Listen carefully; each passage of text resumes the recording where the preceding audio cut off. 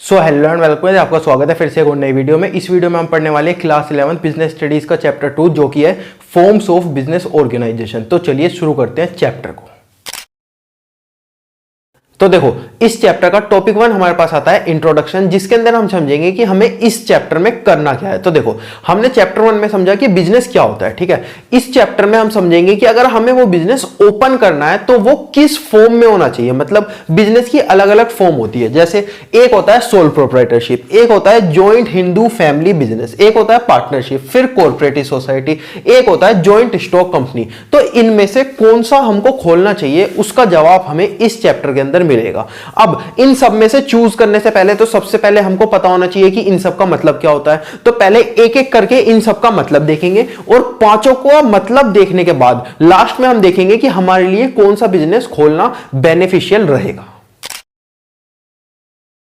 तो अब सबसे पहली फॉर्म ऑफ बिजनेस ऑर्गेनाइजेशन हमारे पास आती है जो कि है सोल प्रोप्राइटरशिप। तो देखो, अगर एक बिजनेस है उसका केवल एक मालिक है, जो वो इंसान चाहता है वही उस बिजनेस के अंदर होता है, वही उसको मैनेज करता है, इसका मतलब वो बिजनेस एक सोल प्रोप्राइटरशिप है। मतलब अगर किसी बिजनेस का केवल एक मालिक है, एक से ज्यादा मालिक नहीं है, तो वो बिजनेस एक सोल प्रोप्राइटरशिप होता है। इसका मतलब देखते हैं, owned, manage and control by one individual. अगर कोई बिजनेस ओन मतलब एक उस बिजनेस का केवल एक मालिक है, वो मैनेज होता है केवल उसी इंसान के थ्रू, वो कंट्रोल होता है केवल उसी इंसान के थ्रू, इसका मतलब वो एक सोल प्रोप्राइटरशिप है।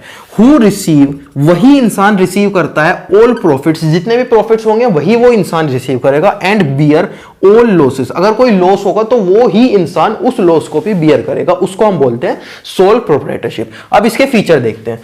फॉर्मेशन एंड क्लोजर, इसका जो फॉर्मेशन एंड क्लोजर होता है ना, बहुत इजी होता है। थोड़ी सी लीगल फॉर्मेलिटीज होती है और हमें सबसे बड़ी बात है किसी से पूछना नहीं पड़ता। अगर मेरे को एक पार्टनरशिप बनानी है, मेरे को अपने पार्टनर से पूछना पड़ेगा या पार्टनर्स को मंगाना पड़ेगा, उन्हें इकट्ठा करना पड़ेगा कि हम भाई पार्टनरशिप स्टार्ट करते हैं। पर सोल प्रोप्राइटरशिप में आज मैंने सोचा कल मेरी कंपनी खड़ी, तो सोल प्रोप्राइटरशिप का फॉर्मेशन और क्लोजर, आज मैंने सोचा कल मैं इस बिजनेस को बंद कर दूं, आज मुझे लगा कि मेरे को लॉस हो सकता है, फ्यूचर में मैं उस बिजनेस को बंद कर दूं, मेरे को किसी से पूछना नहीं है। तो फॉर्मेशन और क्लोजर बहुत ज्यादा इजी होता है। इसके बाद देखते हैं लायबिलिटी। तो लायबिलिटी का पॉइंट समझने से पहले सबसे पहले आपको पता होना चाहिए कि लायबिलिटी का मतलब क्या होता है। तो देखते हैं लायबिलिटी का मतलब क्या होता है। तो देखो, लायबिलिटी दो टाइप की होती है, एक लिमिटेड और एक अनलिमिटेड। क्या क्या होता है इसके अंदर देखते हैं। सपोज एक इंसान था,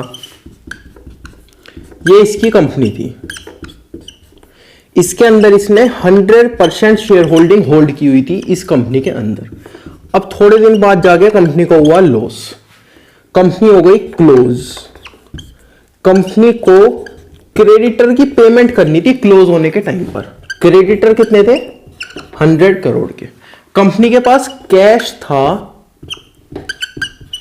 50 करोड़ का, तो कंपनी ने 50 करोड़ तो पेमेंट कर दी, बाकी के 50 करोड़ कंपनी नहीं कर पाई। तो ये बाकी के 50 करोड़ किसे करने पड़ेंगे? इस इंसान को करने पड़ेंगे या फिर नहीं करने पड़ेंगे? यहां पर डालते हैं क्वेश्चन मार्क। एक और केस देखते हैं। ये एक बंदा था, ये इसकी कंपनी थी, इसने 100% शेयर होल्डिंग इस कंपनी के अंदर होल्ड की हुई थी। कुछ टाइम के बाद कंपनी को हुआ लॉस, कंपनी हो गई क्लोज। कंपनी को कुछ क्रेडिटर्स की पेमेंट करनी थी, क्रेडिटर्स थे 100 करोड़। कंपनी के पास कैश था 50 करोड़। कंपनी ने 50 करोड़ तो कर दिया, बाकी का कंपनी नहीं कर पाई।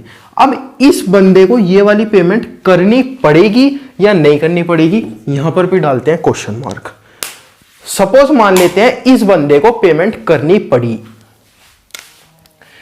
तो हम कह देते हैं कि इस बंदे को पेमेंट करनी पड़ी।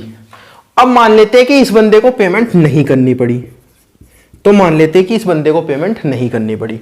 तो जहां पर करनी पड़ी वहां पर हम बोलते हैं कि इसकी जो लायबिलिटी थी वो अनलिमिटेड थी टूवर्ड्स कंपनी।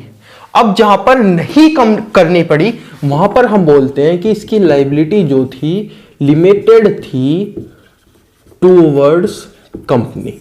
जहां पर इसको एंड में कुछ पेमेंट करनी पड़ी वहां पर हमने बोला इसकी लायबिलिटी थी अनलिमिटेड टूवर्ड्स कंपनी, और जहां पर इसको पेमेंट नहीं करनी पड़ी वहां पर हमने बोला इसकी लायबिलिटी थी लिमिटेड टूवर्ड्स कंपनी। अब इस चैप्टर के अंदर हमारे पास बहुत सारी फॉर्म्स ऑफ बिजनेस ऑर्गेनाइजेशन है, जैसे sole proprietorship, joint venture company, cooperative society, Hindu undivided family और अलग अलग पार्टनरशिप वगैरह वगैरह बहुत सारी फॉर्म ऑफ बिजनेस ऑर्गेनाइजेशन है। उसके अंदर हमें देखनी है जो भी उन ऑर्गेनाइजेशन का मालिक है ना, इसकी लायबिलिटी लिमिटेड है या अनलिमिटेड है। मतलब अगर ये वाली ऑर्गेनाइजेशन बंद हो जाती है, लास्ट में इसे कुछ पेमेंट करनी थी पर इस ऑर्गेनाइजेशन के पास पैसा नहीं बचा, तो इसको पेमेंट करनी पड़ेगी या नहीं करनी पड़ेगी, मतलब इसकी लायबिलिटी लिमिटेड होगी या फिर अनलिमिटेड होगी।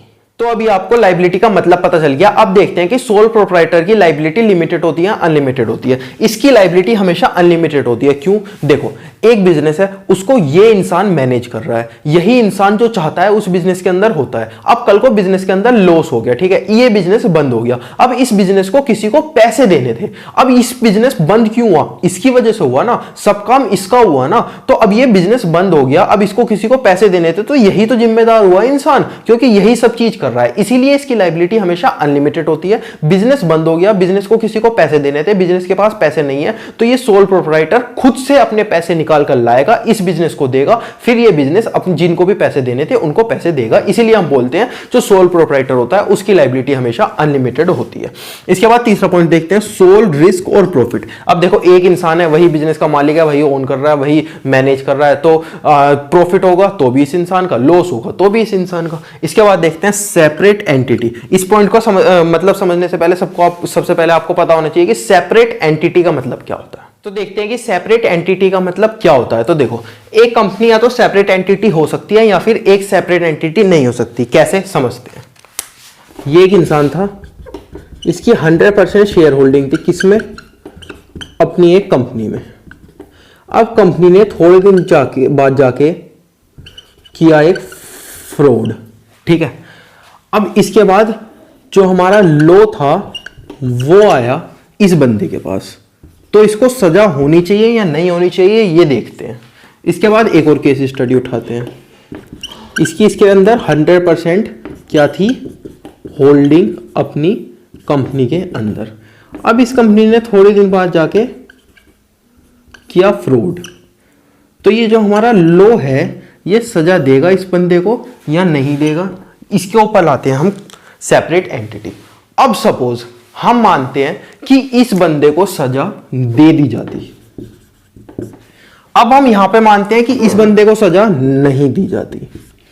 इसका मतलब अगर इसको सजा दे दी जाती तो उस कंपनी को हम नॉट सेपरेट एंटिटी बोलते। मतलब ये बंदा और ये कंपनी एक दूसरे से लिंक है, ये अलग अलग नहीं है। और अगर इसको सजा नहीं दी जाती तो हम बोलते कि भाई ये जो है ना, ये एक दूसरे से सेपरेट है, सेपरेट एंटिटी है। मतलब कंपनी अगर कुछ भी करेगी तो उसका असर या उसके अंदर शेयर होल्डिंग है या जो उसका मालिक है उस पे नहीं पड़ेगा। इसका मतलब ये एक सेपरेट एंटिटी है। कंपनी जो भी करेगी वो कंपनी खुद बियर करेगी। अगर मैं कोई क्राइम करूंगा तो सजा मुझे मिलेगी, आपको नहीं। लेकिन ये जो कंपनी है उसके मालिक को, उसके शेयर होल्डर को अगर सजा मिलती है तो हम बोलेंगे कि कंपनी जो भी करेगी उसका जिम्मेदार उसका मालिक होगा, चाहे वो फ्रॉड हो या कुछ भी हो। तो हमारे पास अलग अलग फॉर्म ऑफ बिजनेस ऑर्गेनाइजेशन है, जैसे sole proprietorship, partnership, joint venture company, cooperative society, partnership वगैरह। तो हमें देखना है कि वो सेपरेट एंटिटी होते हैं या फिर सेपरेट एंटिटी नहीं होते in the eyes of law. तो अभी आपको पता चल गया कि सेपरेट एंटिटी का मतलब क्या होता है। अब देखते हैं कि सोल प्रोप्राइटर सेपरेट एंटिटी होता है अपने ओनर से या नहीं। तो ये नहीं होता। क्यों? देखो, अब एक इंसान है जो इस बिजनेस को मैनेज कर रहा है, ठीक है। अब सपोज ये वाला बिजनेस कोई फ्रॉड कर देता है तो ये इंसान तो रिस्पॉन्सिबल होगा ना उस फ्रॉड के लिए, कोई और तो रिस्पॉन्सिबल नहीं होगा, क्योंकि इस इंसान के कहने पर ही बिजनेस ने फ्रॉड किया होगा। तो ये जो होता है, ये बिजनेस सेपरेट एंटिटी नहीं होता अपने ओनर से। इसके बाद देखते हैं कंट्रोल। तो देखो एक ही इंसान है जो उसे कंट्रोल करने वाला है, तो उसी इंसान के हाथ में उस बिजनेस का पूरा कंट्रोल रहेगा। इसके बाद देखते हैं कंटिन्यूटी। इस बिजनेस में ना कंटिन्यूटी की फिक्र आ जाती है। जैसे ये बिजनेस है, ये इसका मालिक है, ठीक है। अब इस मालिक, ये ना पागल हो गया, इस बिजनेस को कौन चलाएगा, आ गई दिक्कत। ये मर गया, इस बिजनेस को कौन चलाएगा, आ गई दिक्कत। तो इसकी कंटिन्यूटी में हमेशा दिक्कत रहती है। अब देखते हैं कि इस बिजनेस को स्टार्ट करने के फायदे क्या क्या है। तो सबसे पहला फायदा आता है क्विक डिसीजन, मतलब एक इंसान को डिसीजन लेना है, उसे किसी से पूछना नहीं है, जो वो चाहेगा वही हो जाएगा, ना कहीं वोटिंग होने वाली, ना उसे अपने पार्टनर से पूछने की जरूरत। तो वो डिसीजन जल्दी ले पाएगा ना। मेरा एक बिजनेस है, मैं आज ही डिसीजन ले दूंगा, अभी डिसीजन ले दूंगा, बस मेरे को अपने मन में सोचना है, डिसीजन ले दिया। तो क्विक डिसीजन का एक फायदा हमको इसके अंदर मिल जाता है। इसके बाद देखते हैं सीक्रेट इंफॉर्मेशन। सपोज मेरे बिजनेस की बहुत ज्यादा इंपॉर्टेंट इंफॉर्मेशन थी, तो वो लीक हो जाएगी, वो तो केवल मेरे पास थी ना, लीक कैसे हो जाएगी। अब सपोज मेरे एक पार्टनरशिप थी, अब मेरे पार्टनर ने इंफॉर्मेशन लीक कर दी। मेरी एक कंपनी थी, मेरे शेयर होल्डर ने इंफॉर्मेशन लीक कर दी, पर सोल प्रोप्राइटर में तो मैं सीक्रेट रख पाऊंगा उस इंफॉर्मेशन को। तो ये भी हमें एक फायदा मिल जाता है इसके अंदर। इसके बाद थर्ड आता है डायरेक्ट इंसेंटिव, मतलब सपोज मैं किसी कंपनी के अंदर गया, मैंने वहां पर कुछ काम किया, ठीक है। अब मेरे काम की वजह से उस कंपनी को कुछ फायदा हुआ, तो जितना भी फायदा होगा वो मेरे को मिल जाएगा क्या। उस कंपनी का जो मालिक है वो जितना भी फायदा उसको हुआ होगा वो मेरे को दे देगा क्या, नहीं, वो मेरे को सिर्फ एक सैलरी देगा। तो मैंने जितना भी काम किया मेरे को उसका पूरा फायदा नहीं मिल पाया, पर सोल प्रोप्राइटरशिप में मैं जितना भी काम करूंगा उतना प्रॉफिट होगा और वो मेरे को मिल जाएगा। इसका मतलब सोल प्रोप्राइटरशिप में ना डायरेक्ट इंसेंटिव हो जाता है, मतलब जितना मैं काम करता जाऊंगा उतना ज्यादा प्रॉफिट मेरे को मिलता चला जाएगा। इसके बाद देखते हैं थर्ड मेरिट, जो कि है सेंस ऑफ एकम्प्लिशमेंट। एकम्प्लिशमेंट मतलब संतुष्टि, कि हाँ भाई मैंने भी कुछ लाइफ में उखाड़ लिया। अब देखो एक पार्टनरशिप फर्म थी, ठीक है, उसके अंदर मैं पार्टनर था, सब पार्टनर ने मेहनत की, उसके बाद वो पार्टनरशिप बहुत ऊपर पहुंच गई। तो अब कि केवल मेरे वजह से पहुंची नहीं, बहुत सारे लोगों की वजह से पहुंची। अब एक सोल प्रोप्राइटरशिप है, मैंने उसे खोला, उसके बाद मैंने उसमें काम किया, वो भी ऊपर पहुंच गई, तो वो केवल मेरी वजह से पहुंची। तो अब पार्टनरशिप फर्म में तो मैं सोच सकता हूं यार पार्टनर थे इसलिए पहुंच गई, लेकिन सोल प्रोप्राइटरशिप में तो मैं नहीं सोच सकता क्योंकि मैं अकेला ही था। इसीलिए सोल प्रोप्राइटरशिप में हमेशा सेंस ऑफ एकम्प्लिशमेंट आ जाता है कि हाँ भाई मैंने भी लाइफ में कुछ उखाड़ लिया, मैंने भी अपनी फर्म बना दी, अपनी कंपनी बना दी। इसके बाद लास्ट मेरिट देखते हैं easy to start and closure. भाई ये बहुत ज्यादा इजी होता है, इसमें लीगल फॉर्मेलिटीज भी बहुत कम होती है और आज मैं चाहूं तो स्टार्ट भी कर सकता हूं, आज मैं चाहूं तो क्लोज भी कर सकता हूं। इसके बाद देखते हैं इसके लिमिटेशंस, मतलब कि इसके जो डिसएडवांटेजेस है वो क्या क्या है। देखो लिमिटेड रिसोर्सेज। अब सपोज मेरे को 100 करोड़ रुपए की जरूरत पड़ गई अपनी सोल प्रोप्राइटरशिप फर्म के अंदर, तो मैं कहां से लाऊंगा। मेरे पास होंगे तो मैं दे दूंगा, मेरे पास नहीं है तो मैं नहीं दे पाने का। मैं शेयर होल्डर भी नहीं मंगा सकता, मैं पार्टनर भी नहीं ले सकता कि भाई तू पैसे दे दे मेरे साथ पार्टनर बन जाए, क्योंकि इसमें तो केवल एक इंसान बनेगा। इसलिए हमें लिमिटेड रिसोर्सेज की कभी कभी कमी पड़ जाती है, रिसोर्सेज लिमिटेड हो जाते हैं। लिमिटेड रिसोर्सेज का डिसएडवांटेज हमें इसके अंदर झेलना पड़ जाता है। इसके बाद देखते हैं लिमिटेड लाइफ ऑफ बिजनेस। अब भाई ये तो हमने देखा ही है कि यार वो एक बंदा है, वो मर गया तो क्या होगा, वो पागल हो गया तो क्या होगा बिजनेस का, तो उसकी लाइफ हमेशा लिमिटेड रहती है सोल प्रोप्राइटरशिप की। इसके बाद देखते हैं अनलिमिटेड लाइबिलिटी। अब वो बंदा है भाई किसी को बिजनेस में लॉस हो गया तो उसको अपनी प्रॉपर्टी बेच के उस बिजनेस का लॉस चुकाना पड़ेगा, इसीलिए जो बिजनेस में लॉस हुआ है उसकी लाइबिलिटी बंदे की अनलिमिटेड हो जाती है, तो ये भी एक डिसएडवांटेज आ जाता है। उसके बाद देती है लिमिटेड मैनेजरियल एबिलिटी। अब देखो मेरी जो फर्म है ना उसमें 2 तरह के काम होने थे, एक होना था प्रोडक्शन, एक होना था सेल। अब मैं सेल में तो बहुत अच्छा हूं पर मैं प्रोडक्शन में ना इतना अच्छा नहीं हूं, लेकिन मैं तो अपना पार्टनर भी ऐड नहीं कर सकता, मैं शेयर होल्डर भी ऐड नहीं कर सकता, मैं तो कुछ भी नहीं कर सकता। वो जो प्रोडक्शन है वो भी मुझे ही करनी पड़ेगी चाहे मुझे अच्छे से आती नहीं हो। इसीलिए हमेशा सोल प्रोप्राइटरशिप में ना लिमिटेड मैनेजरियल एबिलिटी होती है, मतलब कि जो हमें काम करने की हमारी एबिलिटी नहीं है हमें उस पर भी काम करना पड़ता है और कभी कभी वो काम बिगड़ भी जाता है। तो ये भी एक डिसएडवांटेज होता है सोल प्रोप्राइटरशिप का। तो अब हम देखते हैं अपनी second form of business organization जो कि है जॉइंट हिंदू फैमिली बिजनेस। तो इसका मतलब सबसे पहले समझते हैं। तो देखो owned and control by Hindu undivided family, जिसको कि हम जॉइंट फैमिली भी बोलते हैं।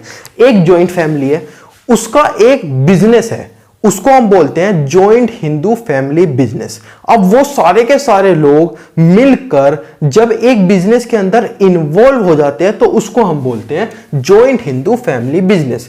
और इस बिजनेस को कंट्रोल कौन करता है, मतलब इस बिजनेस के अंदर फाइनल डिसीजन किसका होता है, जो इस बिजनेस को कंट्रोल करता है उसको हम बोलते हैं कर्ता।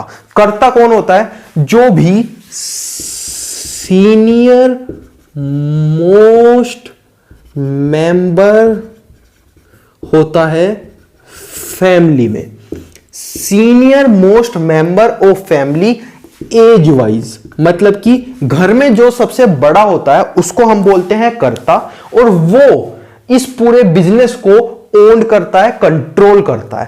पर सारे के सारे मेंबर्स जो भी हैं फैमिली के, वो इस बिजनेस को चलाते हैं। कोई कुछ काम करता है, कोई कुछ, कोई कुछ, कोई कुछ, पर जो फाइनल डिसीजन होता है वो होता है कर्ता का। अब देखते हैं कि इसके फीचर्स क्या होते हैं। सबसे पहला होता है फॉर्मेशन। तो इसे बनाने के लिए मिनिमम 2 लोग चाहिए, मैक्सिमम हम कितने भी लोग ले सकते हैं। इसके लिए एक पूरा फैमिली होना चाहिए, मतलब 2 लोगों से ज्यादा का फैमिली होना चाहिए, और उन सबके बीच में ब्लड रिलेशन होना चाहिए। ऐसा नहीं होना चाहिए कि मैं अपने दोस्त को बुलाकर ले आऊं और उस बिजनेस के अंदर ज्वाइन करा दूं। सिर्फ ब्लड रिलेशन के लोग, फैमिली के लोग उस बिजनेस के अंदर काम कर सकते हैं, या फिर उन लोगों का वो बिजनेस होता है। उसके बाद देखते हैं लायबिलिटी। लायबिलिटी कैसी होती है, लिमिटेड या फिर अनलिमिटेड। तो देखो, जो कर्ता होता है और जो अदर्स होते हैं, जो कर्ता की लायबिलिटी होती है वो होती है अनलिमिटेड, और जो अदर होते हैं उनकी होती है लिमिटेड। ये ऐसा क्यों होता है, तो देखो भाई, अभी मैंने आपको बताया कि जो फाइनल डिसीजन होता है जॉइंट हिंदू फैमिली बिजनेस के अंदर, वो किसका होता है, कर्ता का होता है। सपोज कल को जाके बिजनेस डूब गया, फाइनल डिसीजन किसने लिया था उसके बारे में, कर्ता ने लिया था ना। तो अब बिजनेस डूब गया तो भाई किसकी जिम्मेदारी हुई, कर्ता की हुई ना। इसीलिए हम बोलते हैं कर्ता की जो लायबिलिटी होती है वो होती है अनलिमिटेड। अब आते हैं दूसरी चीज पे, अदर्स। भाई अदर की तो कोई जिम्मेदारी नहीं बनती, वो तो साइड में से चले जाएंगे। सपोज मैंने एक बहुत अच्छा सजेशन दिया था अपने फैमिली बिजनेस के लिए, ठीक है। अब जो मेरे सीनियर मोस्ट मेंबर थे मेरी फैमिली के अंदर, उन्होंने मेरा सजेशन माना ही नहीं और कुछ और डिसीजन ले लिया। कल को बिजनेस डूब गया तो भाई मैं जिम्मेदार हुआ नहीं, मैं तो साइड से निकल के चला जाऊंगा। जो करता था वो अपने आप जिम्मेदार हुआ। इसके बाद देखते हैं तीसरा फीचर जो कि है कंट्रोल। कंट्रोल किसका होगा, कर्ता का। इसके बाद देखते हैं कॉन्टिन्यूटी, बिजनेस की कॉन्टिन्यूटी। जैसे सोल प्रोप्राइटरशिप थी ना, एक इंसान था, कॉन्टिन्यूटी की प्रॉब्लम थी, इसके अंदर नहीं होती भाई। जैसे कोई नया बेबी बोर्न हुआ, वो अपने आप इसका मेंबर बन जाएगा, और जैसे ही कोई कर्ता की डेथ हो गई उसके बाद जो अगला सीनियर मोस्ट मेंबर है एज वाइज, वो उसका बन जाएगा कर्ता। इसका मतलब लोग पैदा होते चले जाएंगे, बच्चे पैदा होते चले जाएंगे, मेंबर बनते चले जाएंगे, कर्ता मरता चला जाएगा, उसके बाद जो अगला मेंबर है वो कर्ता बनता चला जाएगा, और ये बिजनेस चलता चला जाएगा। इसमें कंटिन्यूटी की कोई भी प्रॉब्लम नहीं होती। इसके बाद आता है माइनर मेंबर। माइनर मतलब 18 माइनस, मतलब कि 18 से कम जो है उसको हम माइनर बोलते हैं। इसके अंदर कोई माइनर भी मेंबर बन सकता है। जैसे सोल प्रोप्राइटरशिप थी, उसमें अगर कोई 18 से कम है ना, तो वो उसका मेंबर नहीं बन सकता, मतलब वो सोल प्रोप्राइटरशिप फर्म खोल नहीं सकता। लेकिन जो हमारी जॉइंट हिंदू फैमिली बिजनेस है उसके अंदर कोई 18 साल से कम भी मेंबर बन सकता है, मतलब बच्चा पैदा होते ही 1 महीने का 1 दिन का होता है ना, तभी वो मेंबर बन जाता है। इसके बाद देखते हैं कि इसके क्या क्या फायदे हैं। Effective control. अब देखो, सपोज मेरा एक पार्टनरशिप फर्म है, मैं और मेरा दोस्त 2 जने पार्टनर है, ठीक है। अब मैं कुछ और बोल रहा हूं, मेरा दोस्त कुछ और बोल रहा है, हम दोनों के बीच में हो गई लड़ाई। अब एक जॉइंट हिंदू फैमिली बिजनेस है, ठीक है। एक बंदा है, दूसरा बंदा है, इन दोनों की हो गई लड़ाई। यहां पर आ गया कर्ता। कर्ता ने इन दोनों का मिक्स लेकर डिसीजन ले दिया, चाहे इसके फेवर में हो, इसके फेवर में हो, चाहे इसके अगेंस्ट हो या इसके अगेंस्ट हो, कर्ता ने डिसीजन ले लिया। तो हम बोल सकते हैं कि इफेक्टिव कंट्रोल हो जाता है कर्ता का। अगर पार्टनरशिप फर्म, अगर हम दोनों बंदे लड़ते रहते, जो मैं हूं और मेरा पार्टनर है, हम लड़ते चले जाते, तो हो सकता था पार्टनरशिप फर्म बंद हो जाती है एक दिन। लेकिन कर्ता ने जो डिसीजन ले लिया भाई एचयूएफ के लिए, तो यहां पर इफेक्टिव कंट्रोल हो जाता है कर्ता का। इसके बाद देखते हैं कंटिन्यूड बिजनेस। अभी हमने देखा कि भाई बच्चे पैदा होते चले जाएंगे, मेंबर बनते चले जाएंगे, कर्ता मरता चला जाएगा, सीनियर मोस्ट मेंबर कर्ता बनता चला जाएगा। कंटिन्यूटी की इसके अंदर कोई भी प्रॉब्लम नहीं आने वाली, तो ये भी होता है इसका एक फायदा। इसके बाद देखते हैं लिमिटेड लायबिलिटी ऑफ मेंबर। अब जो मेंबर है, अगर कल को बिजनेस डूब जाता है, क्रेडिटर को 100 करोड़ रुपए देने थे, बिजनेस के पास नहीं है, तो मेंबर को कुछ नहीं देना, मेंबर साइड से निकल के चले जाएंगे, कर्ता को देने पड़ेंगे। तो ये भी इसका एक फायदा है। उसके बाद आता है इंक्रीज रॉयल्टी। अब भाई मैंने एक बिजनेस खोला, मैंने बाहर से लोगों को हायर किया, मैं उन पे भरोसा कर सकता हूं भाई वो तो अपने फायदे के लिए मेरी एस्तेसी करा देंगे, पर जो एचयूएफ है उसके अंदर मैं भरोसा कर सकता हूं। क्यों? क्योंकि भाई वो मेरा ब्लड रिलेशन है, उसके अंदर मैं थोड़ी तो रॉयल्टी एक्सपेक्ट करूंगा ना अपने लोगों से, तो उसके अंदर थोड़ी रॉयल्टी का भी फैक्टर आ जाता है। ये भी इसका एक फायदा होता है। अब देखते हैं इसके नुकसान क्या क्या है। Limited resources. अब भाई मान लो 5 मेंबर है, उनके पास 5-5 करोड़ है, कंपनी को चाहिए 100 करोड़, कहां से लाएंगे पैसा? नहीं ला सकते। और किसी को मेंबर बना सकते हैं, पार्टनर बना सकते हैं जिसके पास पैसा हो, नहीं बना सकते, फिर वो एचयूएफ नहीं रहने की। तो इसीलिए इसके अंदर थोड़ी लिमिटेड रिसोर्सेज की दिक्कत आ जाती है। बाद आता है हमारा सेकंड लिमिटेशन जो कि है अनलिमिटेड लायबिलिटी ऑफ कर्ता। मतलब अगर कंपनी का बाद में जाके कुछ लॉस होता है और कंपनी को बंद करना पड़ता है, कंपनी को किसी को पैसे देने थे, कंपनी के पास पैसे नहीं थे, तो वो सारे के सारे पैसे कर्ता को देने पड़ेंगे। इसके बाद अगला लिमिटेशन आता है डोमिनेंस ऑफ कर्ता। अब कर्ता हो सकता है कभी कभी गलत डिसीजन ले ले, उसका डिसीजन कोई बदल सकता है, उसके डिसीजन को कोई ये बोल सकता है कि भाई ये वाला डिसीजन नहीं लेना, कुछ और लेंगे, या फिर इसकी जगह ये होना चाहिए। नहीं, कर्ता का डोमिनेंस होता है एचयूएफ के अंदर, मतलब जो कर्ता ने कह दिया वो फाइनल, चाहे सही हो या गलत। इसके बाद लास्ट लिमिटेशन आता है जो कि है लिमिटेड मैनेजरियल स्किल। अब हमने देखा कि लिमिटेड लोग होते हैं एचयूएफ के अंदर, किसी को कुछ चीज अच्छी आती है, किसी को कुछ चीज अच्छी आती है, मगर कुछ ऐसी चीजें भी तो होंगी जो कि किसी को भी नहीं आती, तो उसके अंदर आ जाती है दिक्कत, क्योंकि हम बाहर से लोग ला नहीं सकते। तो लिमिटेड मैनेजरियल स्किल्स आती है हमारी एचयूएफ के अंदर।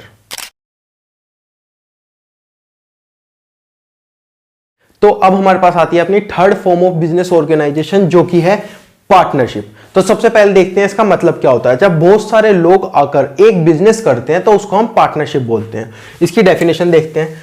पर्सन एग्रीड शेयर प्रॉफिट और लॉस ऑफ बिजनेस।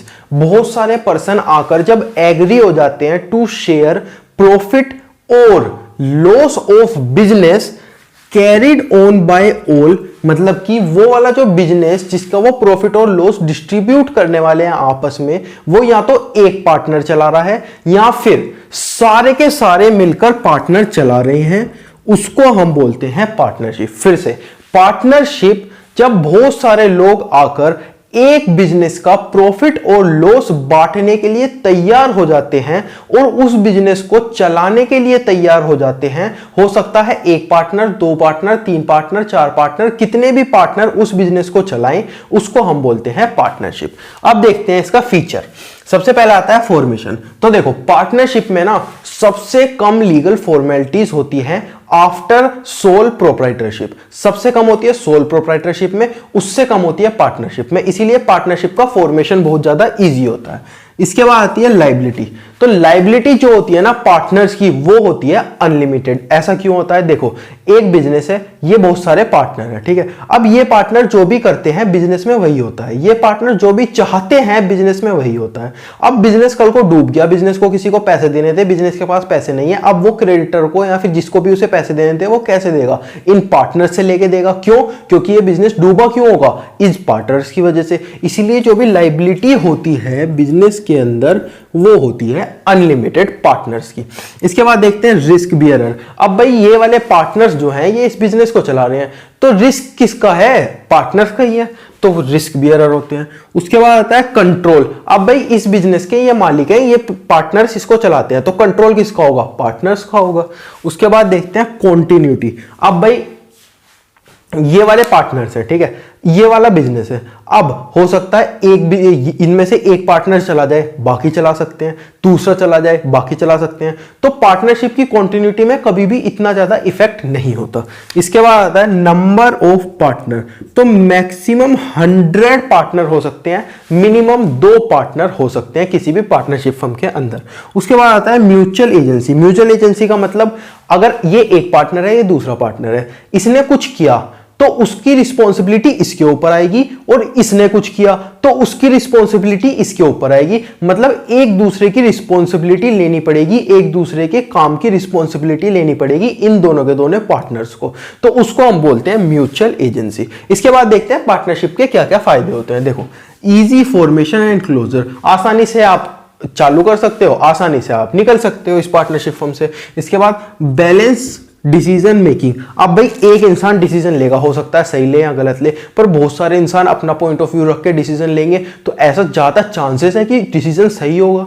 इसके बाद आता है थर्ड मेरिट, जो कि है मोर फंड। अब हम जितने ज्यादा पार्टनर लाते जाएंगे उतना ज्यादा फंड कंपनी के अंदर आता जाएगा, तो इसका एक मेरिट होता है जिसमें कि हम बहुत सारा फंड अरेंज कर सकते हैं। इसके बाद अगला मेरिट आता है जो कि है शेयर ऑफ रिस्क। अब जितने ज्यादा पार्टनर लॉस होगा तो उतने ज्यादा लोगों में बटेगा, इसका मतलब रिस्क जो है वो शेयर हो जाता है। इसके बाद अगला मेरिट आता है सीक्रेसी। सीक्रेसी का मतलब होता है जो हमारी इंफॉर्मेशन है वो हमेशा सीक्रेट रहेगी, वो हमेशा पार्टनर्स के बीच में रहेगी, वो लीक होने का खतरा कम है। हमारे कॉम्पिटिटर के पास उस सीक्रेट इंफॉर्मेशन का जाने का खतरा कम है। इसके बाद देखते हैं इसके क्या डिसएडवांटेज है, क्या लिमिटेशंस है। देखो, अनलिमिटेड लायबिलिटी।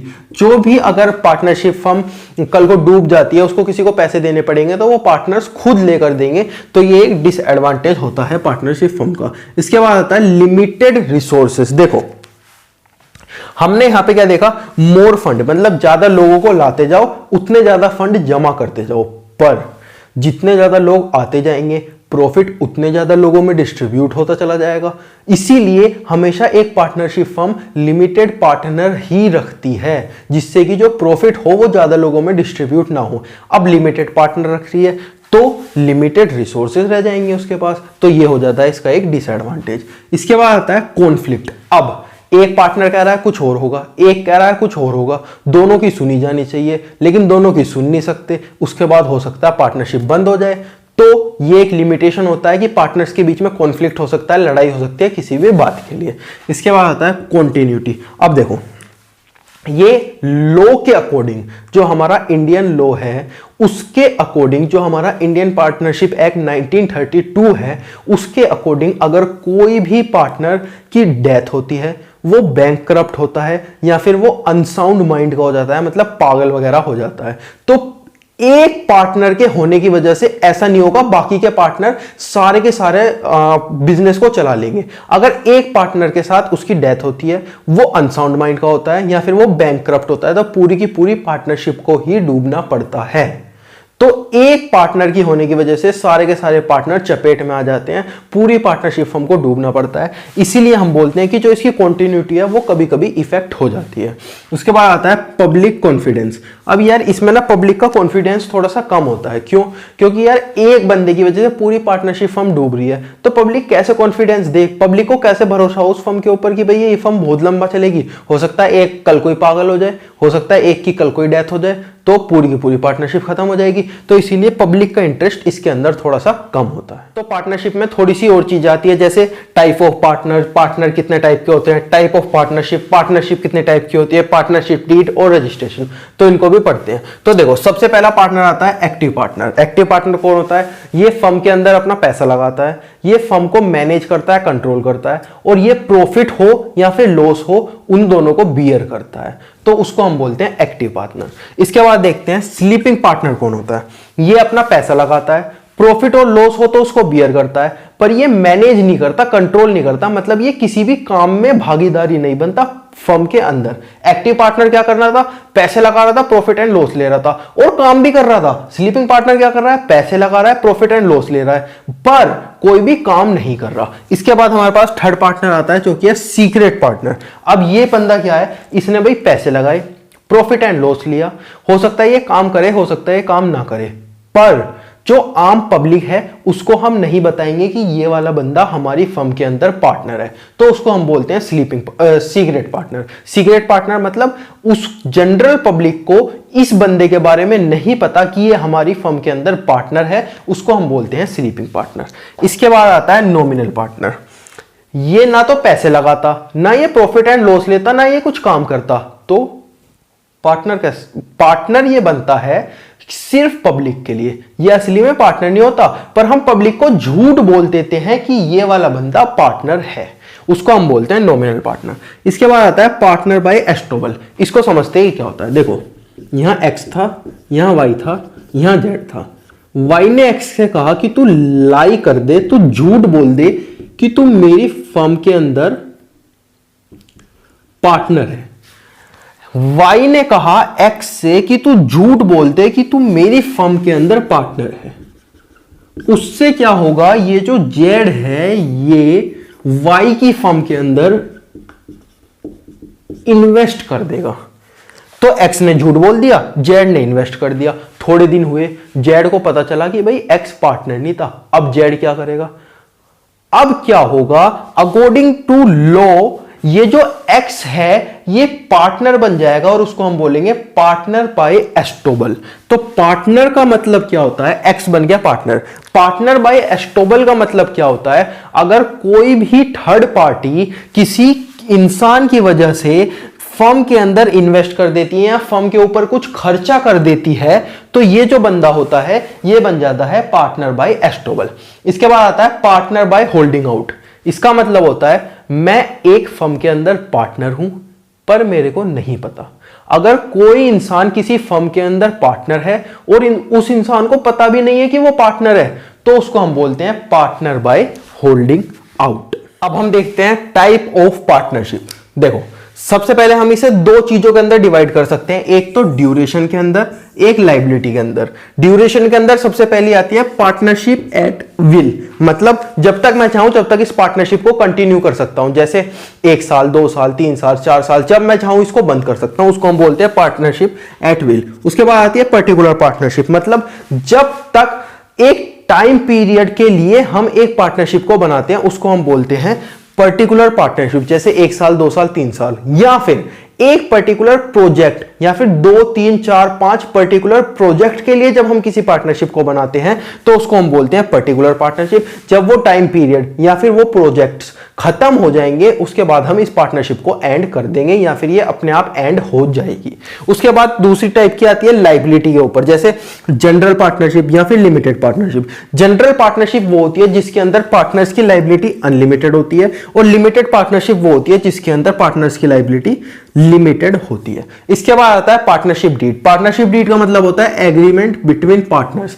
अब भाई पार्टनरशिप खोल के बैठे हैं, ठीक है। अब वो पार्टनरशिप के अंदर किसको कितना प्रॉफिट मिलेगा, कौन कितना पैसा लगाएगा, कौन कौन सा काम करेगा, कौन कितना काम करेगा या फिर कौन क्या करेगा, वो सबके लिए एग्रीमेंट बनाया जाता है। अब ये एग्रीमेंट नेसेसरी तो नहीं होता, लॉ के अकॉर्डिंग ये एग्रीमेंट नेसेसरी नहीं होता, पर हम हमेशा एडवाइस करते हैं पार्टनर्स को कि एक एग्रीमेंट बना लो जिससे कि बाद में जाके आपके बीच में कॉन्फ्लिक्ट ना हो। इसके बाद आता है रजिस्ट्रेशन। अब ये रजिस्ट्रेशन ना फर्म करा सकती है आरओसी के अंदर, मतलब रजिस्ट्रार ऑफ कंपनी के अंदर। अब ये चीज भी रजिस्ट्रेशन नेसेसरी नहीं होता, लेकिन फर्म को बोला जाता है कि भाई तुम रजिस्ट्रेशन करा लो, कभी बाद में जाकर अगर तुम्हारे जैसी एक और फर्म खुल गई तो रजिस्ट्रार या लॉ कुछ नहीं करेगा उस फर्म को बंद कराने के लिए, क्योंकि तुमने रजिस्टर ही नहीं कराया। तो रजिस्ट्रेशन के कुछ फायदे होते हैं, फर्म को बोला जाता है कि रजिस्ट्रेशन करा लो, although it is not necessary to register a firm. तो अब हमारे पास आती है अपनी fourth form of business organization, जो कि है कोऑपरेटिव सोसाइटी। तो देखो, अगर बहुत सारे लोग मिलकर एक एसोसिएशन बनाते हैं और वो एसोसिएशन जिन लोगों ने उसे बनाया है उनके बेनिफिट के लिए काम करती है, तो उसको हम कोऑपरेटिव सोसाइटी बोलते हैं। कैसे, देखो, एसोसिएशन ऑफ पर्सन जिनका मोटिव होता है मेंबर्स वेलफेयर, मतलब कि जिन्होंने इसे बनाया है उनके वेलफेयर का, उसको हम बोलते हैं कोऑपरेटिव सोसाइटी। अब देखो, पार्टनरशिप का भी यही मतलब होता है। पार्टनरशिप भी जो बहुत सारे लोग मिलकर बनाते हैं अपने फायदे के लिए, लेकिन उसके अंदर वो बिजनेस करते हैं। कोऑपरेटिव सोसाइटी के अंदर कोई बिजनेस नहीं होता, उसके अंदर वो गुड्स और सर्विस को सेल करते हैं, लेकिन कोऑपरेटिव सोसाइटी के लिए अंदर कोई बिजनेस नहीं होता। कोऑपरेटिव सोसाइटी का सबसे अच्छा एग्जांपल है गोकुलधाम कोऑपरेटिव सोसाइटी। गोकुलधाम क्या है, तारक मेहता का उल्टा चश्मा वाली सोसाइटी। उसके अंदर क्या कोई बिजनेस होता है? नहीं, लेकिन उसके अंदर एक सोसाइटी बनी हुई है लोगों की, जो कि लोगों के लिए ही काम करती है, उसको हम कोऑपरेटिव सोसाइटी बोलते हैं। देखो, जैसे कंज्यूमर्स कोऑपरेटिव सोसाइटी होती है जो कंज्यूमर्स के लिए काम करती है, फार्मर की होती है जो फार्मर के लिए, प्रोड्यूसर की होती है जो प्रोड्यूसर के लिए, मार्केटिंग की होती है जो छोटे बिजनेस होते हैं उनके प्रोडक्ट को मार्केट करता है लोगों को और उनके सेल में हेल्प करता है। उसके बाद आती है क्रेडिट। सपोज किसी को लोन चाहिए या पैसे चाहिए थोड़े से, तो उसके लिए भी सोसाइटीज होती है, हाउसिंग सोसाइटी जैसे गोकुलधाम कोऑपरेटिव सोसाइटी। अब देखते हैं इसके फीचर। वॉलंटरी मेंबरशिप, मतलब इसमें कोई भी आ सकता है, कोई भी कभी भी जा सकता है, अकॉर्डिंग टू कोऑपरेटिव सोसाइटी का रूल, पर्टिकुलर कोऑपरेटिव सोसाइटी के रूल कि कौन आने के लिए एलिजिबल है, कौन आने के लिए एलिजिबल नहीं है। उसके बाद आता है लीगल स्टेटस, मतलब रजिस्ट्रेशन कराना कंपलसरी होता है कोऑपरेटिव सोसाइटी का। सपोज मेरे 10 दोस्त मिलकर हम जाकर एक कोऑपरेटिव सोसाइटी बना ले, लेकिन एक उसे रजिस्टर ना कराए, तो वो कोऑपरेटिव सोसाइटी नहीं होती। इसके बाद आता है लिमिटेड लाइबिलिटी। अब सपोज भिड़े कॉर्पोरेट जो कोगुलधाम की सोसाइटी है उसमें भिड़े ने कोई फ्रॉड कर दिया, तो जेठालाल जिम्मेदार होगा? नहीं, वो तो भिड़े ने करा है ना। पोपटलाल ने कर दिया तो क्या शोडी जिम्मेदार होगा? नहीं, वो तो पोपटलाल ने किया है ना। तो इसका मतलब क्या हुआ, लिमिटेड लाइबिलिटी होती है हर पार्टनर की। इसके बाद आता है कंट्रोल। अब कंट्रोल किसका होता है कोऑपरेटिव सोसाइटी पे? सेक्रेटरी का होता है, मेंबर्स का होता है, या सबका होता है? सबका होता है इक्वल। जैसे किसी कंपनी के ऊपर कंट्रोल हो सकता है अनइक्वल, जैसे रिलायंस के ऊपर मुकेश अंबानी का सबसे ज्यादा कंट्रोल है। क्यों? क्योंकि उनके पास उस कंपनी के सबसे ज्यादा शेयर है। पर जो कोऑपरेटिव सोसाइटी है कोगुलधाम में, हर मेंबर इक्वल है, क्योंकि हर किसी के पास इक्वल शेयर है उस कोऑपरेटिव सोसाइटी का। उसके बाद होता है सर्विस मोटिव। अब कोऑपरेटिव सोसाइटी कभी भी बिजनेस नहीं करेगी, पार्टनरशिप की तरह ही हो गई ना अगर ये बिजनेस करती है तो। कोऑपरेटिव सोसाइटी कभी बिजनेस में नहीं करेगी। गोकुलधाम कभी बिजनेस कर सकता है, गुड्स को सेल कर सकता है? नहीं, वो सिर्फ सर्विस देगा, वो भी सिर्फ अपने मेंबर्स को। इसके बाद देखते हैं इसके क्या क्या मेरिट्स होते हैं, मतलब क्या क्या फायदे होते हैं। इक्विटी इन वोटिंग राइट, मतलब कि जो भी वोटिंग राइट है उन वो सब इक्वल होंगे, हर मेंबर एक वोट कर सकता है। इसके बाद आता है लिमिटेड लाइबिलिटी, मतलब हर मेंबर की लाइबिलिटी जो है वो लिमिटेड होगी। उसके बाद आता है स्टेबल एग्जिस्टेंस। अब सपोज जेठालाल ने अपना फ्लैट बेच दिया, कोई और आएगा वो मेंबर बन जाएगा, तो इसकी जो एग्जिस्टेंस है वो अपने आप चलती चली जाएगी। इसके बाद आता है इकोनॉमी इन ऑपरेशन। अब आपने देखा वहां उन्होंने कोई एम्प्लॉय रखा हो? नहीं, भिड़े सेक्रेटरी का काम करता है, एक मेंबर है वो, और पोपटलाल और जो अय्यर है वो उसके कमेटी मेंबर है, वो भी थोड़ा बहुत अकाउंटेंट वगैरह का काम संभालते हैं। तो सब एक दूसरे से मिलकर काम कर लेते हैं, वो इकोनॉमिकल पड़ता है, सस्ता पड़ता है कोऑपरेटिव सोसाइटी को। उसके बाद आता है सपोर्ट फ्रॉम गवर्नमेंट। अब गवर्नमेंट ना ऐसी सोसाइटी को बहुत ज्यादा सपोर्ट करती है, बोलती गवर्नमेंट चाहती है कि ज्यादातर लोग मिलकर ऐसी सोसाइटी बनाए जिससे कि लोगों का वेलफेयर हो सके। इसके बाद आता है इजी ऑफ फॉर्मेशन, इसे बनाना भी बहुत आसान है, इसकी लीगल फॉर्मेलिटीज भी बहुत ज्यादा कम होती है।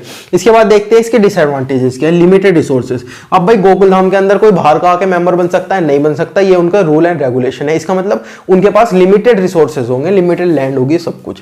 उसके बाद सेकंड डिसएडवांटेज आता है एफिशिएंसी इन मैनेजमेंट। अब सपोज उन्हें एक अकाउंटेंट की जरूरत है, बाहर से कोई मेंबर आ नहीं सकता, उनमें से कोई भी अच्छा अकाउंटेंट नहीं है, तो दिक्कत आ गई उनके लिए। तो ये भी इसका एक डिसएडवांटेज होता है, इनएफिशिएंसी इज मैनेजमेंट, मतलब कि मैनेजमेंट कभी कभी खराब हो जाता है। उसके बाद आता है लैक ऑफ सीक्रेसी। अब पोपटलाल को कुछ अच्छी बात पता चल गई, उसने बराबर में जाके दूसरी सोसाइटी को बता दी, या फिर बाहर जाके किसी कॉम्पिटिटर को बता दिया, या फिर किसी बिजनेस को बता दिया, कुछ भी गलत इंफॉर्मेशन का यूज कर लिया, तो ये काफी बार दिक्कत आ जाती है। अब ऐसा हो नहीं सकता कि आप पोपटलाल को कुछ ना बताओ, भिड़े पोपटलाल को ना बताए, ऐसा हो नहीं सकता, क्योंकि कॉर्पोरेटिव सोसाइटी में तो हर मेंबर इक्वल है। इसके बाद आता है गवर्नमेंट कंट्रोल। कभी कभी ना गवर्नमेंट अपनी टांग अड़ा देती है इस सोसाइटी में। सपोज किसी को पता चल रहा है कि भाई कोई कॉर्पोरेटिव सोसाइटी बिजनेस कर रही है, तो गवर्नमेंट को अपनी टांग अड़ानी पड़ेगी, कॉर्पोरेटिव सोसाइटी बिजनेस कर ही नहीं सकती, वगैरह वगैरह। तो ये एक डिसएडवांटेज होता है। इसके बाद डिफरेंस इन ओपिनियन। कभी हमने तो हमेशा देखा है कि उनकी सोसाइटी में लड़ाई होती रहती है, एक मीटिंग होगी उसमें लड़ाई जरूर होगी, क्योंकि लोग ना अपना अपना ओपिनियन डालते रहते हैं, सबका इक्वल शेयर है तो सबकी बातें सुनी भी जाती है, इसीलिए लोगों का कॉन्फ्लिक्ट भी होता रहता है उसके अंदर। तो अब आती है हमारी last form of business organization, जो कि है जॉइंट स्टॉक कंपनी। अब इसका फैंसी नाम सुन के थोड़ा कंफ्यूज मत हो जाना, जो सिंपल कंपनी हम सोचते हैं ना वो है। अभी तक आप सोच रहे होंगे कि यार सोल प्रोप्राइटरशिप, पार्टनरशिप और ये कॉर्पोरेटिव सोसाइटी और ये सब कुछ, यार हमने कभी देखा तो है ही नहीं इन्हें। पर सबसे ज्यादा जो चीज आपने देखी होगी वो है कंपनी। जॉइंट स्टॉक कंपनी का मतलब होता है सिंपल कंपनी, जैसे रिलायंस इंडस्ट्रीज, टाटा इंडस्ट्रीज वगैरह वगैरह। इसके बाद देखते हैं इसका मतलब क्या होता है। कोई भी कंपनी को हम कंपनी बोलते हैं जब वो रजिस्टर होती है कंपनीज एक्ट 2013 के अंदर। कंपनी की जितनी भी रूल एंड रेगुलेशन होती है ना वो इस एक्ट के अंदर होती है, जो कि है कंपनीज एक्ट 2013। अगर कोई भी चीज, कोई भी फर्म, कुछ भी रजिस्टर हो रहा है कंपनीज एक्ट 2013 के अंदर, तो उसको हम बोलते हैं कंपनी। कंपनी कितने टाइप की होती है? कंपनी दो टाइप की होती है, पब्लिक और प्राइवेट। पब्लिक कंपनी कौन सी होती है? पब्लिक कंपनी वो होती है जो कि जनरल पब्लिक को अपने शेयर इशू करती है, उसके शेयर कोई भी खरीद सकता है, कोई भी बेच सकता है। जैसे रिलायंस इंडस्ट्रीज ने अपने स्टॉक को लिस्ट किया हुआ है नेशनल स्टॉक एक्सचेंज में या बॉम्बे स्टॉक एक्सचेंज में वगैरह वगैरह, तो वहां पर से कोई भी खरीद सकता है, कोई भी उसको सेल कर सकता है। पर जो प्राइवेट कंपनी होती है वो कुछ स्पेसिफिक लोगों को ही अपना शेयर देती है, मैक्सिमम लिमिट होती है यहाँ पर 200, जबकि पब्लिक कंपनी में कोई भी लिमिट नहीं होती। तो प्राइवेट कंपनी के अंदर क्या हुआ, कुछ लोगों को, स्पेशल लोगों को इसके शेयर दिए जाते हैं, पर पब्लिक कंपनी में जितना ओनर चाहे, जितना वो चाहे अपने शेयर को डाइल्यूट कर सकता है और दूसरे लोग उसके शेयर को खरीद सकते हैं और सेल कर सकते हैं कभी भी किसी भी टाइम। तो ये हो गए पब्लिक कंपनी और प्राइवेट कंपनी। अब देखते हैं इसके फीचर। आर्टिफिशियल पर्सन, मतलब ये एक आर्टिफिशियल पर्सन होता है। मैं एक नेचुरल पर्सन हूं, आप एक नेचुरल पर्सन हो, जितने भी लोग हैं एक नेचुरल पर्सन है। पर अगर किसी पर्सन को हम बना दे तो उसको हम बोलेंगे आर्टिफिशियल पर्सन। ये जो फॉर्म होती है हम इसे ऐसा मानते हैं कि एक पर्सन है, उसको हमने बनाया है, ये एक आर्टिफिशियल पर्सन है। मतलब इसका खुद की कॉमन, मतलब ये खुद साइन करेगी। अगर ये प्रॉपर्टी खरीदेगी तो ये अपने नाम पे खरीदेगी। रिलायंस अगर कोई प्रॉपर्टी खरीदेगा तो वो अपने नाम पे खरीदेगा, रिलायंस के नाम पे। आपने कई बार देखा होगा बिल के अंदर हम कुछ चीज खरीद के लाते हैं, उसमें कंपनी के नाम से खरीद लेते हैं। तो मतलब कंपनी खुद अपने नाम से प्रॉपर्टी खरीद सकती है। अगर सपोज बिजनेस कुछ भी करता है, मतलब कि रिलायंस इंडस्ट्री कुछ गलत करती है, तो जो गवर्नमेंट है या फिर जो लॉ है, जो कोर्ट है, वो आके किसे पकड़ेगा, मुकेश अंबानी को या रिलायंस को? रिलायंस तो खुद एक पर्सन है। मैं कुछ गलत करता हूं तो मेरे पापा को थोड़ी ना पकड़ोगे, मुझे पकड़ोगे ना। तो ऐसे ही जो रिलायंस इंडस्ट्रीज है उसको पकड़ेगी कोर्ट आके, जबकि मुकेश अंबानी जी को नहीं पकड़ेगी। ये एक सेपरेट लीगल एंटिटी है, ये एक आर्टिफिशियल पर्सन है। इसी तरीके से हम समझ सकते हैं सेपरेट लीगल एंटिटी है, मतलब ये अपने ओनर से अलग है। अगर ये कुछ भी करती है तो खुद ही जिम्मेदार होगी, ना कि इसका ओनर या फिर जो इसका शेयर होल्डर है वो जिम्मेदार होगा। फॉर्मेशन, इसकी फॉर्मेशन थोड़ी सी डिफिकल्ट होती है। कंपनीज एक्ट 2013 के अंदर सब कुछ लिखा हुआ है, फॉर्मेशन कैसे होगी। बहुत ज्यादा फॉर्मेलिटीज होती है, क्योंकि गवर्नमेंट को ऐसी कंपनीज पर ध्यान रखना पड़ता है। सबसे ज्यादा होती है ये कंपनीज और सबसे ज्यादा टैक्स भी यही देती है, इसीलिए गवर्नमेंट ने फॉर्मेलिटीज थोड़ी ज्यादा की हुई है। इसके बाद परपेचुअल सक्सेशन। सपोज इसका जो एक कंपनी है उसका जो ओनर है वो मर गया, उसके बाद उसके जो शेयर है उसके लीगल हायर को मिल जाएंगे। वो कंपनी तो चलती रहेगी ना। कंपनी और ओनर दोनों अलग है। ओनर मर जाए कोई बात नहीं, ओनर बदल जाए कोई बात नहीं, ओनर अपने शेयर बेच दे, कोई और नया ओनर आ जाए कोई बात नहीं, कंपनी ऐसे ही चलती रहेगी। उसके बाद ये कंपनी चलती कैसे है भाई? देखो, ओनर तो मर गया, ये कंपनी को चला कौन रहा है? ये जो ओनर होते हैं ना, ये ओनर अपॉइंट करते हैं डायरेक्टर्स को। ये ओनर अपॉइंट करते हैं डायरेक्टर्स को जो कि कंपनी को चलाते हैं। तो ये ओनर मर जाए कोई बात नहीं, इन्होंने किसी और को शेयर कर दिया कोई बात नहीं, इनका तो कुछ भी नहीं बिगड़ा। ये जो डायरेक्टर्स है ये तो कंपनी को चला ही रहे हैं, किसी को ट्रांसफर करो या कुछ भी करो। इसके बाद हमारा अगला आता है कंट्रोल। कंट्रोल किसका होगा भाई? डायरेक्टर्स अपॉइंट किए हैं काम करने को, पर जो मेनली कंट्रोल होने वाला है कंपनी के ऊपर वो तो होने वाला है शेयर होल्डर्स का ही। शेयर होल्डर्स कह देंगे डायरेक्टर ये वाला काम नहीं होना चाहिए तो वो नहीं होगा। शेयर होल्डर बोल देंगे कि ये वाला काम इस तरीके से होना चाहिए तो डायरेक्टर्स को उसी तरीके से वो काम करना पड़ेगा। इसके बाद आता है लायबिलिटी। अब लायबिलिटी कैसी होनी चाहिए? लायबिलिटी हमेशा लिमिटेड होगी। अगर ये कंपनी डूब जाती है, ये क्यों डूबेगी बताओ? ये क्या शेयर होल्डर्स की वजह से डूबेगी? शेयर होल्डर को तो कई बार पता भी नहीं चलता कि मैं इस कंपनी का मालिक भी हूं। वो तो पैसे डाल के छोड़ देते हैं। मैंने कई कंपनियों में इन्वेस्ट किया, मैंने पैसे डाल के छोड़ दिया, तो वो कंपनी डूबेगी मेरी वजह से थोड़ी ना डूबेगी। वो डूबेगी डायरेक्टर्स की वजह से जिनको हमने अपॉइंट किया हुआ है। इसीलिए हम बोलते हैं कि अगर कंपनी डूबी और कंपनी को किसी को पैसे देने थे लास्ट में, तो और ये वाले पर्सन जिनके शेयर होल्डिंग थी वो इस कंपनी को पैसे नहीं देंगे उसे देने के लिए, जिसे देने थे उसके पैसे डूब गए। अब ये जो शेयर होल्डर्स है ये अलग है, ये अलग है। इसका मतलब इन शेयर होल्डर्स की जो लायबिलिटी है वो हमेशा लिमिटेड है। इसके बाद आता है कॉमन सील। अब मैं हूं, मैं अपने चेक पे अपने साइन कर सकता हूं क्योंकि मैं एक नेचुरल पर्सन हूं। अब एक आर्टिफिशियल पर्सन अपने साइन कर सकता है किसी चेक के ऊपर? कंपनी अपने साइन कर सकती है? नहीं कर सकती। इसीलिए कंपनी को एक कॉमन सील रखनी पड़ती है जिसको हम बोलते हैं स्टैंप। अब स्टैंप को कंपनी को रखना पड़ता है जिससे कि कंपनी उस स्टैंप को लगाए, मतलब कि वो कंपनी का एक सिग्नेचर टाइप होता है। अभी स्टैंप रखने की ये जो कंपलसरी सिचुएशन है वो कंपलसरी नहीं रही, मतलब कि आप रखो मत रखो ये आपके मर्जी है। इसके बाद देखते हैं रिस्क। अब रिस्क किसका होगा भाई? ये शेयर होल्डर्स ने पैसा लगाया है तो शेयर होल्डर्स का रिस्क होगा। प्रॉफिट हुआ तो ठीक, नहीं हुआ तो कंपनी डूब जाएगी, इनका पैसा भी डूब जाएगा, तो रिस्क होगा शेयर होल्डर्स का। अब देखते हैं इसके मेरिट, मतलब इसके फायदे क्या होते हैं। लिमिटेड लायबिलिटी, जो पार्टनर्स है वो जो शेयर होल्डर्स हैं उसकी जो लायबिलिटी है उनकी वो लिमिटेड है। उसके बाद आता है ट्रांसफर ऑफ इंटरेस्ट। मेरे पास किसी कंपनी के शेयर थे, मैंने किसी और को सेल कर दिए तो मैंने अपना इंटरेस्ट ट्रांसफर कर दिया, मैंने उस कंपनी के शेयर होल्डिंग्स ट्रांसफर कर दी। मेरे पास 100% थे, 100% कर दिया, मैंने कंपनी के शेयर होल्डिंग्स होल्डिंग्स ट्रांसफर कर दी, कंपनी की एबिलिटी ट्रांसफर कर दी। इसके बाद आता है परपेचुअल एक्सिस्टेंस, मतलब शेयर होल्डर मर जाए या ट्रांसफर हो जाए या फिर नया आ जाए या फिर कुछ भी हो जाए, कंपनी ऐसे ही चलती रहेगी, उसको हम बोलते हैं परपेचुअल एक्सिस्टेंस। इसके बाद आता है स्कोप ऑफ एक्सपेंशन। अब मेरे को कंपनी में बहुत ज्यादा पैसों की जरूरत थी, मैं क्या करूं? मेरी कंपनी तो बहुत बढ़िया है, सबको पता है बढ़िया है, पर मेरे को पैसे की जरूरत है, मैं क्या करूं? मैं एक काम करता हूं, अपने 10% शेयर डाइल्यूट कर देता हूं नेशनल स्टॉक एक्सचेंज के अंदर। वहां से मेरी पब्लिक उन शेयर को रजिस्टर कर लेंगी, लिस्ट कर लेंगी, उनको खरीद लेंगी, उसके बाद उनका पैसा मेरे को मिल जाएगा।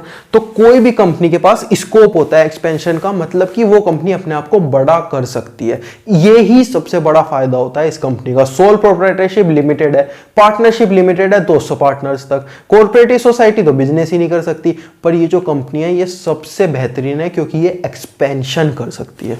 इसके बाद आता है प्रोफेशनल मैनेजमेंट। अब भाई ये कंपनी है ना बहुत बड़ी बड़ी होती है, तो ये और ज्यादा प्रोफेशनल मैनेजर्स को हायर करती है, जिससे कि कंपनी के अंदर बहुत अच्छा काम हो और ये कंपनी उनकी सैलरी या उनकी फीस भी अफोर्ड कर सकती है, क्योंकि ये कंपनी होती है बड़ी, इनके पास होता है पैसा।